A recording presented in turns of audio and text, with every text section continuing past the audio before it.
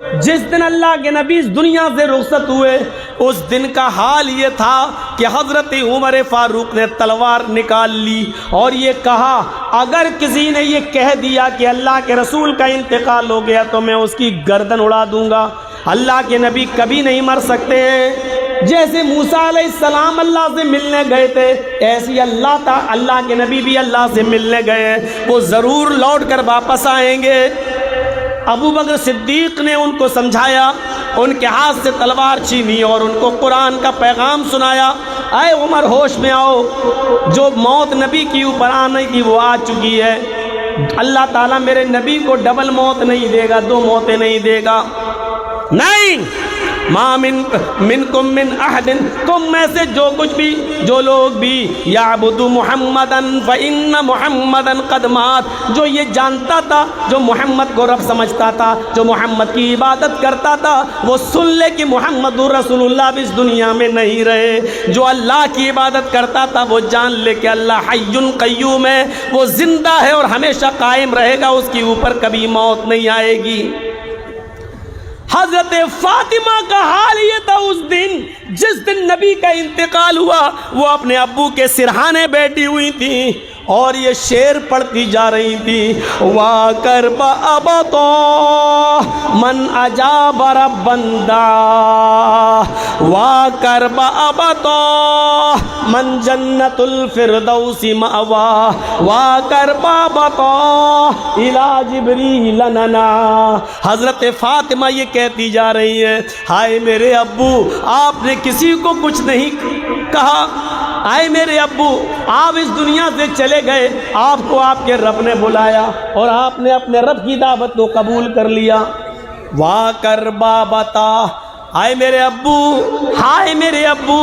من اجاب رب بندہ، آپ کو رب نے بلایا اور آپ چلے گئے۔ وا کر بابتا من جنت الفردوس ماوا، ہائے میرے ابو آپ کا ٹھکانہ تو جنت الفردوس ہے، آئے میرے ابو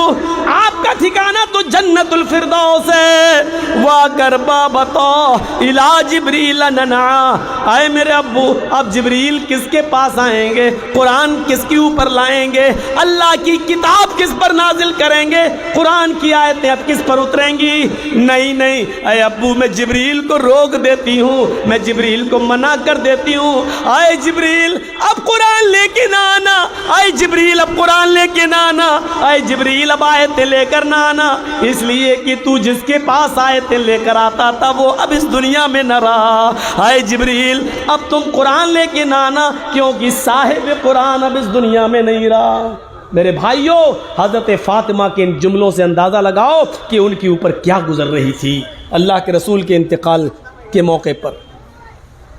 یہاں بڑا آسان ہے 12 ربیع الاول کو جشن منا لینا، بڑا آسان ہے 12 ربیع الاول کو عید میلاد النبی کا جلوس نکال لینا، بڑا آسان ہے 12 ربیع الاول کو نبی کے نام پر کیک بنا کر کاٹ لینا، بڑا آسان ہے 12 ربیع الاول کے نام پر ڈی جے اور گانے بجوا لینا، لیکن 12 ربیع الاول کو میرے بھائیو حضرت فاطمہ کا حال یہ ہے جو کہہ رہی ہیں کہ ابو آپ کو آپ کے رب نے بلایا اور آپ چلے گئے، آئے میرے ابو اب میں جبریل کو منع کرتی ہوں کہ وہ قرآن لے کر نہیں آئے گا۔ یہ 12 ربیع الاول کا حال ہے۔ تمہارے لیے تو بہت آسان ہے خوشیاں منا لینا، لیکن جن آنکھوں نے محمد الرسول اللہ صلی اللہ علیہ وسلم کو 12 ربیع الاول کو دیکھا ہے کہ اس دنیا میں نہیں رہے، فاطمہ کو روتے ہوئے دیکھا ہے، عمر کو تلوار نکالتے ہوئے دیکھا ہے، حضرت عائشہ کی آنکھوں میں آنسو دیکھے ہیں، پورا مدینہ غمگین تھا اور فاطمہ کہہ رہی تھی آج میرے ابو کے انتقال کے بعد میرے اوپر غموں کے ایسے پہاڑ ٹوٹے ہیں، جو غم میرے اوپر آئے ہیں اگر وہ غم کسی پہاڑ پہ ڈال دیے جائیں اتنے غموں کا بوجھ پہاڑ بھی برداشت نہیں کر پائے گا اور وہ بھی ریزہ ریزہ ہو جائے گا۔ جو غم میرے اوپر آئے ہیں اگر ان غموں کو ہم کسی دن کے اوپر ڈال دیں تو دن بھی رات میں بدل جائے گا۔ یہ حضرت فاطمہ رضی اللہ تعالی عنہ کہہ رہی ہیں اتنے غم میرے اوپر ٹوٹے۔ 12 ربیع الاول کو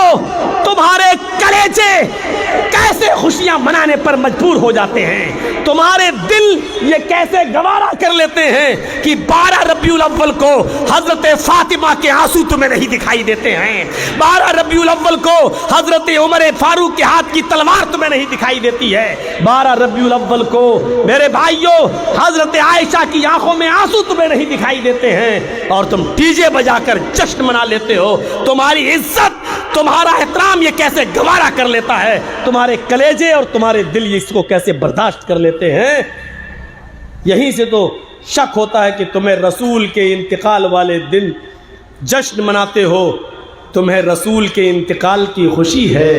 یا آپ کی پیدائش کا جشن ہے۔ یہیں سے ہم سوچنے پر مجبور ہو جاتے ہیں کہ تمہارے دلوں میں ہے کیا۔ تقریباً 32 گھنٹے تک، یہ موجودہ دور کے حساب سے بتلا رہا ہوں، کہیں یہ مت کہنا اس زمانے میں گھڑی نہیں چلتی تھی تو آپ نے گھنٹے کیسے بتا دیے۔ تقریباً 32 گھنٹے تک اللہ کے رسول صلی اللہ علیہ وسلم کو دفنایا نہیں گیا، آپ حجرہ عائشہ ہی میں رہے۔ لوگ آتے گئے دیکھتے گئے، آتے گئے دیکھتے گئے، آتے گئے دیکھتے گئے، کسی کو یقین نہیں تھا یہ کیا ہو گیا ہے۔ کچھ لوگ رات میں پہنچتے ہیں، بہت دور کے رہنے والے دروازے کو دستک دیتے ہیں۔ امی عائشہ نے دروازہ کھولا، امی عائشہ جی سنا ہے اللہ کے نبی کا انتقال ہو گیا ہے؟ ہاں صحیح سنا ہے، میں نبی کا چہرہ دیکھنا چاہتا ہوں، ہم لوگ بہت دور سے آئے ہیں، بہت دیر میں خبر ملی ہے، رات کا اندھیرا ہے، صبح اللہ کے نبی کو دفنا دیا جائے گا، میں چاہتا ہوں کہ محمد رسول اللہ کا ایک بار دیدار کر لوں، آپ کا چہرہ دیکھ لوں۔ حضرت عائشہ نے حجرے میں آنے کی اجازت دی، چادر کھینچی، کہا دیکھ لو اپنے نبی کا چہرہ۔ باہر سے آنے والے لوگوں نے اس چہرے کو دیکھا، کہنے لگے امی عائشہ رات کے اندھیرے کی وجہ سے چہرہ دکھائی نہیں دے رہا ہے،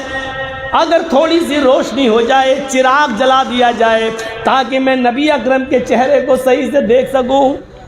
حضرت عائشہ کے آنکھوں میں آنسو آ گئے۔ باہر سے آنے والے صحابیوں نے کہا امی عائشہ ہم آپ کو رلانا نہیں چاہتے تھے، ہم نے تو صرف چراغ جلانے کی بات کہی ہے۔ حضرت عائشہ کہتی ہیں او محمد کے چاہنے والوں، او محمد رسول اللہ سے محبت کرنے والوں، میرے گھر کا اتنا امتحان نہ لو، میرے گھر کی اتنی انسلٹ نہ کرو۔ صحابہ کہتے ہیں کہ اس میں انسلٹ کی کون سی بات ہے، امتحان کی کون سی بات ہے، ہم نے چہرہ دیکھنا ہے اور آپ چراغ جلا کے لے آئیے۔ حضرت عائشہ کہتی ہیں اے محمد کے ساتھیو تم چراغ جلانے کی بات کرتے ہو، تمہارے نبی نے، تمہارے سردار نے، تمہارے سید نے، تمہارے امام نے، امام کائنات نے، محمد رسول اللہ نے، تمہارے نبی نے ہمارے گھر میں اتنا تیل بھی تو نہیں چھوڑا ہے کہ میں چراغ جلا کر تمہیں جناب محمد رسول اللہ کا چہرہ دکھا سکوں۔ پوری زندگی پھر اسی آخرت کی فکر آپ کو رہی، یہاں تک کہ انتقال کے بعد بھی آپ نے اپنے گھر میں اتنا تیل نہیں چھوڑا تھا کہ چراغ بھی جل سکے۔